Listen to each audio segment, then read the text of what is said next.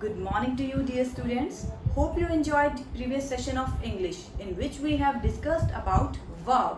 So you all are aware what do we mean by a verb, and we have discussed about kinds of action: mental action, physical action, state of being, and possession also. After that, we have discussed about transitive verb, intransitive verb, and ditransitive verb. Hope you got all the things, you understood all the things nicely. So now it is time to move forward. We are going to learn about helping verb, auxiliary verb, and after that we will be learning about modal auxiliary verb, modals or modal verb. So let us start with helping verb. So as the name suggests, helping verb means they are going to assist someone, they are going to help someone. Yes. So while making sentences like I am teaching, right now I am teaching you. So this am, teaching is the main action here, and am is helping here. So am is working as helping verb here, and teaching is the main verb. So you can see the usage of helping verb: helps main verb in a sentence, sometimes acts as main verb in the state of being kind of action, and when it shows possession like I am a teacher, you are students, they are playing in the park. Possession, I have a car, you have so many toys. So with the help of is, am, are, has, have, I am showing possession, and they are working as main verb. Now let us understand three primary auxiliary verbs. So these are the root form of the three primary auxiliary or helping verb: be, do, have. So is, am, are, be के जो forms हैं, these are the forms of be. In present is, am, are according to the subject. In past was, were according to or subject. In future will be. Now let us see do. Does, either does or do. Did and will do. Have, has, have in present, had in past with all the subject. Will have with all the subject. We are going to use this. So you can see, you can take a look of these subject or subjective pronoun which I have written for you, बच्चों. Singular, like you know that with singular we are going to use I am writing. We, for plural, we are. For he, we are going to use is, he is. So you can take a look of this, that first person I is, second person you and you, singular both, and singular and plural both you. Third person singular he, she, it, any single name, this, that, and plural they, these, those, and names in plural, like so many names are if written, so we can say plural. So you can use accordingly, according to these subject, you can use these auxiliary verb in your sentence. Okay, now let us move to modal auxiliary verb. So what do we mean by modal auxiliary verb? Beta, modal auxiliary verbs are used to show capability, to make request, to advise someone. Like I can climb this wall. Sometimes you say that you can do this. You are capable enough to do anything.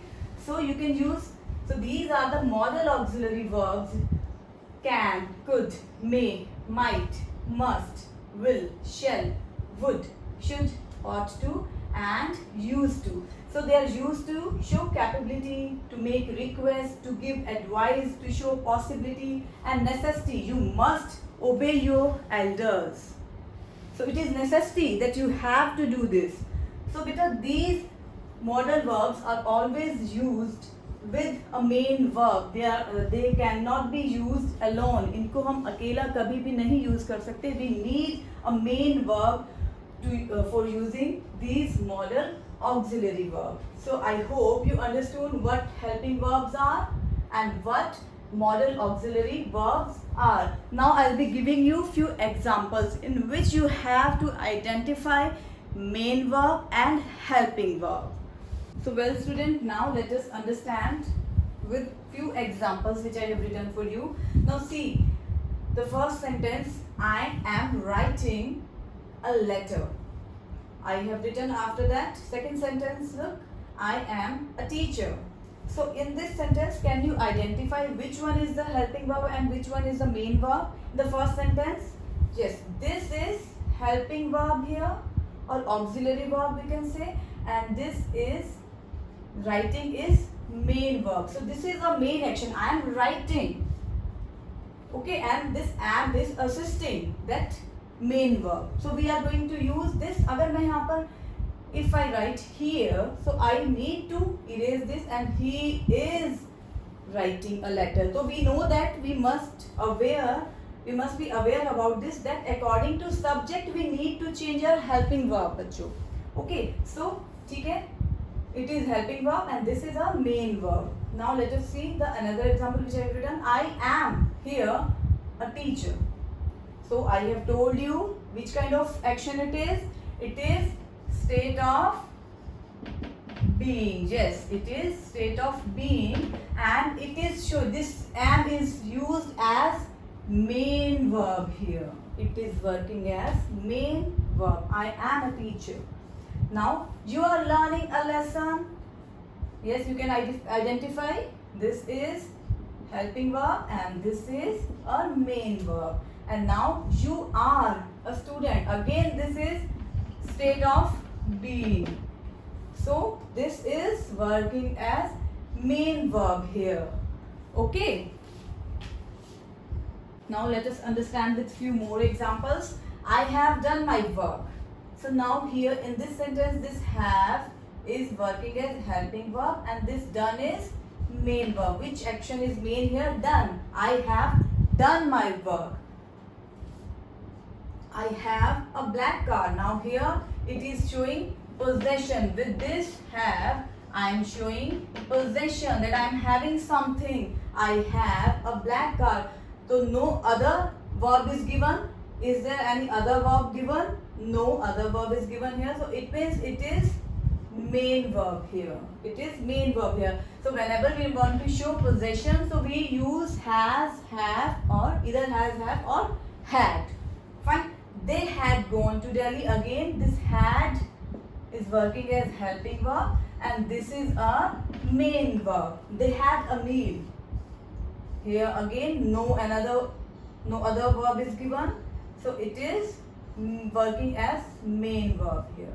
So it is very simple, बच्चों, that you have to keep in your mind that where the verbs are used as helping verb and main verb. So helping verb sometime acts as main verb also. So that you have to identify after reading the sentence carefully.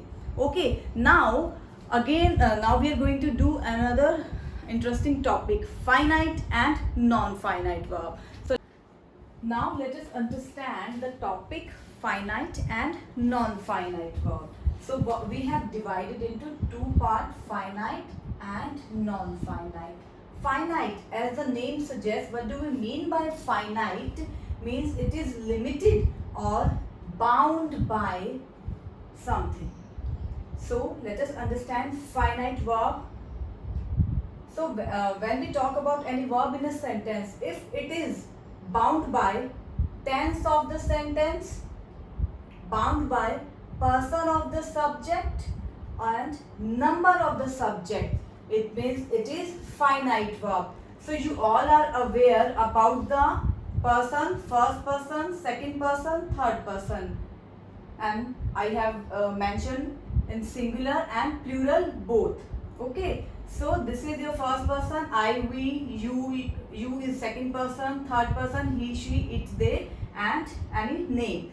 So this is, so if a verb is changed according to the tense, person or number of the sentence, so it means it is finite verb. Now let us understand with examples.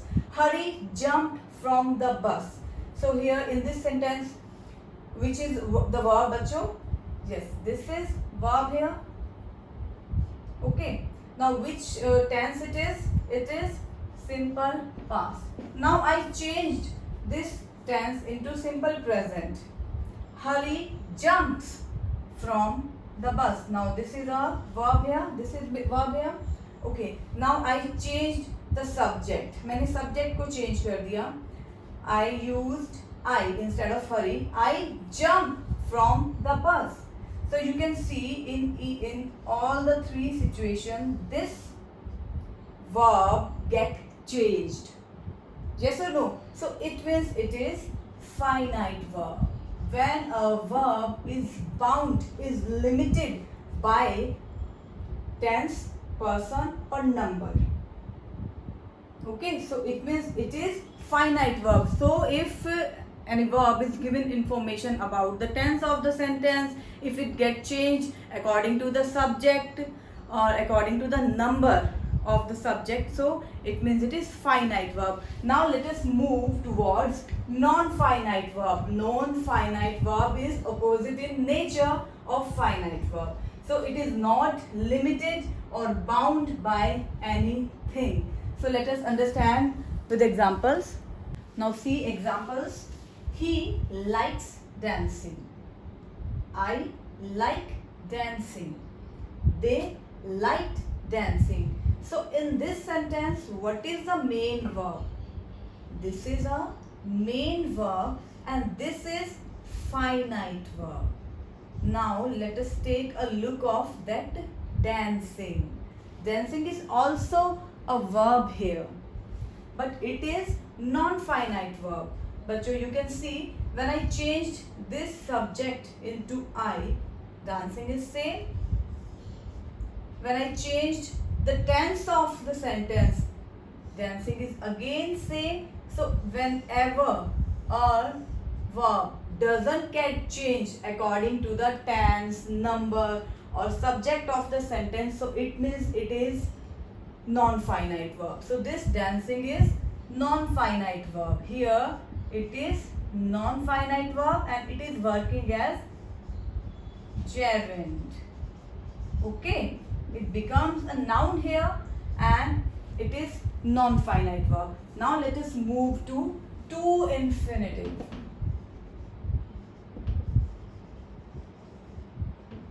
So it is I want to go, he wants to go, Rohan wanted to go. So now let us take a look of this to go. To, this is verb here. Hai na? This is verb here. So I like to go, I want to go, he wants to go, Rohan wanted to go. So I have changed the subject also, I have changed the tense also, but this to go is same in all the three sentences. So it doesn't get it did not get changed according to the subject and tense. So it means it is non-finite verb. Okay bachcho, so this is non-finite, which is not limited or bound by anything. So I hope you understood the concept of helping verb, modal verb and this finite and non-finite verb. So bachcho, do the practice of exercise given in your book. Thank you. Have a nice day.